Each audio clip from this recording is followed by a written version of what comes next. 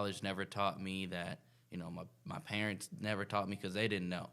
And I started just really deep diving into this industry and started learning things that, us as a black community don't really know about. Or if we do know about it, kind of just brush it off because I don't need that. What do I need that for?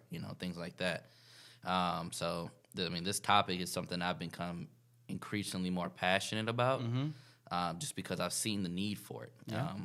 Isn't it amazing that no one needs life insurance until they need it? At least that's what they think. Yeah, exactly. I'm telling you, man. I meet with a lot of people, and they're always, "Oh, I don't need that. I can wait. I'll wait." Well, waiting is your worst enemy. That's your worst enemy. Time is your worst enemy. Yeah. Even without life insurance, time is your worst enemy. Why? Because time is taking your life away every single second of every single day. Yeah. So that means that at some point you are going to die. You are going to pass. How you leave your legacy and how you leave your name behind and how you leave your family, that's what you can do to beat time.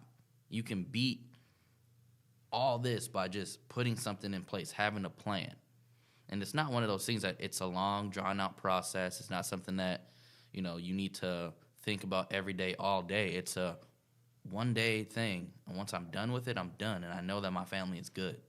You said people will pay for car insurance, right? They'll pay their mortgage on time. They'll pay their phone bill. They pay all these different bills, right? Because they see that as a necessity. I need these things. I'm going to pay for it. I'm going to go back to that car insurance part. People pay car insurance because they're anticipating that they might get into an accident or someone might hit them, right? No matter who's at fault, they're anticipating something may happen to their car. So I'm going to take out an insurance policy on my car to protect my vehicle. But you won't take out an insurance policy to protect you or your child in a case of emergency when something happens that you don't foresee. And I like to use I like to bring my own personal issues and perspectives into things when I talk about it, right? It brings in like, okay, these are real, right? This is a real thing. When my mother passed away a few years ago, I moved down to Arizona. I was taking care of her, going to doctors and stuff. And then I don't know what made me think about it because I assumed that she just had life insurance. My mom has been sick since she was born. She was born with the sickle cell anemia disease, so she was sick her entire life. And at multiple stages, she was told that she wasn't going to live, that she wasn't going to have kids, yada, yada, yada, whatever. So I just assumed she would have life insurance. It didn't think to me to ever ask my mom, hey, do you got life insurance? And one day I'm in Arizona, and we're just chilling, hanging out or whatever. We just got back from a doctor's visit. I think I was taking her to get some ice cream or something because the doctor's like, you got to watch your diet and blah, blah. I'm like, well, we can get you some ice cream, Mom. Like, you've been doing well. And take her to get some ice cream. And then the conversation, I don't know, it just popped in my head. I'm like, hey, you have life insurance? And she kind of looked at me, and she was like, well, I did have life insurance, but I think she said she had to take some of the money out. And this is before I was educated about life insurance, right? She said she had to take some of the money out against her or borrow against her policy. Maybe we could talk about that in a little bit. But she said she had some bills she had to pay. So she's had life insurance for a long time, she said. But she said she had to borrow against her policy and use that money, and she never put it back into her policy. So her policy collapsed or whatever. And so she said she never enrolled back in life insurance again. And I'm like, okay, well, we need to get you some life insurance because they're telling you that you only have 1 year to live. So I literally the next day, because she didn't want to go with me. The next day, I'm like, I'm going to go get you life insurance. And I was just looking online, and I'm like, well, I can take out a policy for my mom. So I went to go talk to the life insurance agent. And he's like, well, I need the list of all the medications she's on, all the doctor visits and all this stuff and the pre-existing conditions. And I quickly realized the policy was just going to be too expensive for me monthly. And I was like, I can't afford that right now. Like, I didn't have a job. I was in Arizona. I literally just had all my savings that I was just spending when I was down there. So I'm like, I can't afford this right now. And he started talking to me about a burial policy, where it's like, it's different than life insurance. This is just, when she dies, we can help bury her. It's a burial policy. I think it was for like $15,000 or something like that or whatever. So we ended up, talking back and forth with that. Ultimately, my mom said she didn't want to, go through with it. So I'm like, okay, fine. That's your wishes. She wanted to be cremated. I'm like, okay, fine, whatever. So, but I say all that to say, if you don't do the research, if you don't have these difficult, and that was a difficult conversation to have with someone. If you don't have those difficult conversations, you don't know if the person has a policy or not. And then B, you don't even know like how to support them in that situation, right? So in that sense, in that instance, it was me coming to my mother trying to get her another life insurance policy. So, I mean, maybe we could talk about the specifics around that, borrowing against your life insurance policy, burial policies, how it differs from just a standard life insurance policy. What are the benefits of just having a burial policy? Yeah. Just get into the weeds a little bit. Well, so, speaking to what you were saying about, having that tough conversation, if you don't have those tough conversations, you're not going to get the tough answers. These are the answers that you need to know. You need to know if your parents have life insurance. You need to know if you have life insurance because, I'm going to be real. Like, there is about $20 billion in unclaimed life insurance in the U.S. because... Say that number again for us. $20 billion.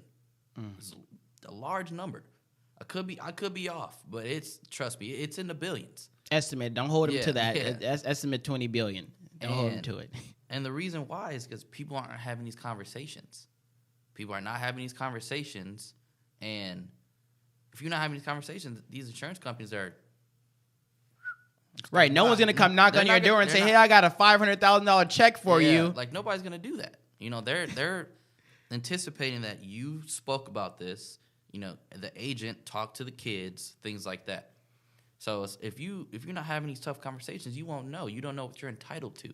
Your parents paid into this money all their lives, but you're not getting none of that because you never known. And parents don't tell their kids, "Hey, I got this, life insurance policy. I got this, I got that." Because it's like a lot of parents don't want to tell their kids all their business. Why is it so uncomfortable to talk about that though? A lot of people feel that I put a value on my life, and it's not you're putting a value on your life. You're putting a value on what it cost to put you to rest. That's what you're putting a value on. If somebody says, "I got a $50,000 life insurance policy," that doesn't mean your life is worth $50,000. That means that you have enough money to bury you, and whatever is left, you leave into your family. That's what a lot of people think and that's why a lot of people don't want to talk about it. You're praying on my downfall. You're praying that I die. You're paying money for me to die. I'm not paying money for you to die. You are going to die. Every second of every day, you are dying a little bit more. Yeah. And if you know that, why are you not covering that? My dad always told me that there's only 3 things I have to do in this life: stay black, die, and pay taxes. Yes. And not necessarily in that order. But And my thing is like, people have car insurance. People only use their car insurance about 5.3% of the time. 5.3. But people are paying, I pay $120 a month for my full. Who you got insurance to? I pay about $180. I need to get a deal. We talk about that. Yeah. But I pay about $120 a month for my car insurance. I've never had a ticket. I've never been in a car accident. I've never used it. But why do I have it? Yeah, you're supposed to have it. Yeah, okay, I'm supposed to have it. But I'm still paying an excessive amount for something I'm going to use 5% of the time. I'm covering myself for that 5%. Because you know what's going to happen? If I don't have it, I get pulled over. What happens? I get a bill. I get a ticket. Yep, that's probably more than the car insurance. Exactly. Or you get into an accident, the fix to fix the car is going to be more than the car insurance. Exactly. But for a fact, 100% of the time, your family's going to use this life insurance policy. 100%. Right. So you're covering that 5%, but you're not going to cover that 100? Doesn't make any sense. Especially if you live in the hood, in the low-income areas where murder, death, kind of wild things happen more than other places. If you buried somebody every year, every other year, and it's this GoFundMe page after another, GoFundMe page after another, mom, dad, uncle, grandma pulling out $1,500, $2,000, $3,000 out of their savings, out of their pocket, pulling it out of air. I don't know how they got it to pay for this funeral. What hurts more than leaving this world? And before you leave this world, before you go into the ground, you got to take something from your family. One last time. One last time, I got to pull from my family.